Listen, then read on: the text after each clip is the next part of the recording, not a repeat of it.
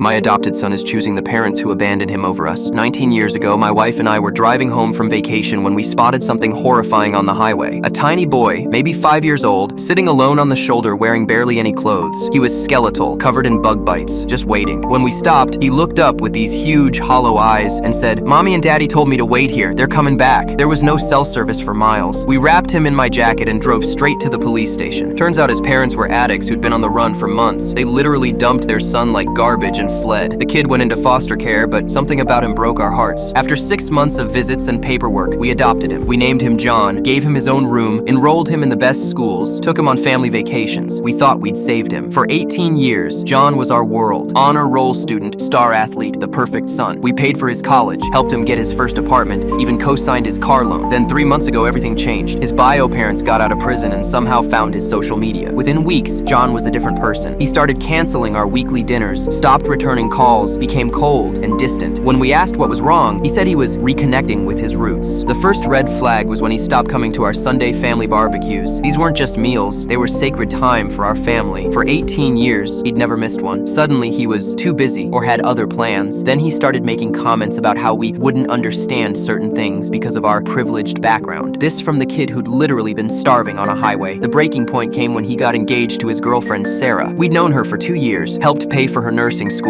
treated her like our own daughter. She called us her bonus parents and always said how grateful she was for our family. Then the engagement party invitations went out. Everyone got one except us. When I confronted John, his response shattered me. "They understand my real struggle. You guys have always had it easy. They get what it's like to come from nothing." I couldn't believe it. "John, we found you basically passing away on the side of a highway." He shrugged like it meant nothing. "At least they're authentic. You just adopted me because you felt guilty about having money." I tried reasoning with him. "John, they abandoned you. We raised you. We were there for every soccer game, every graduation, every heartbreak. Where were they?" His response was ice cold. "They were surviving. You were playing house with someone else's kid." I gave him an ultimatum. "Choose. Us, the people who actually raised you, or them, the ones who abandoned you like trash." Without hesitation, he chose them. So I made my choice too. Changed the locks on our house, removed him from our will, blocked his number, and canceled the credit cards we'd given him. When he tried to guilt trip us through Sarah, I told her the truth about what kind of man she was marrying. Sarah was devastated. She begged him to reconsider, saying our family had been nothing but loving to both of them. But John was done with us. 2 weeks later, Sarah called me sobbing. Turns out, John's bio parents had kicked him out after discovering he didn't have access to our money anymore. His bio mother had apparently been asking about our investment portfolio and whether John was in our will. When John couldn't deliver the payday they expected, they threw him out just like they did when he was 5. He showed up at our house crying, saying his bio parents had stolen his car and emptied his bank account before disappearing again. But here's the thing, some wounds don't heal. Some bridges, once burned, can't be rebuilt. We spent 19 years proving our love, and he threw it away for people who saw him as a paycheck.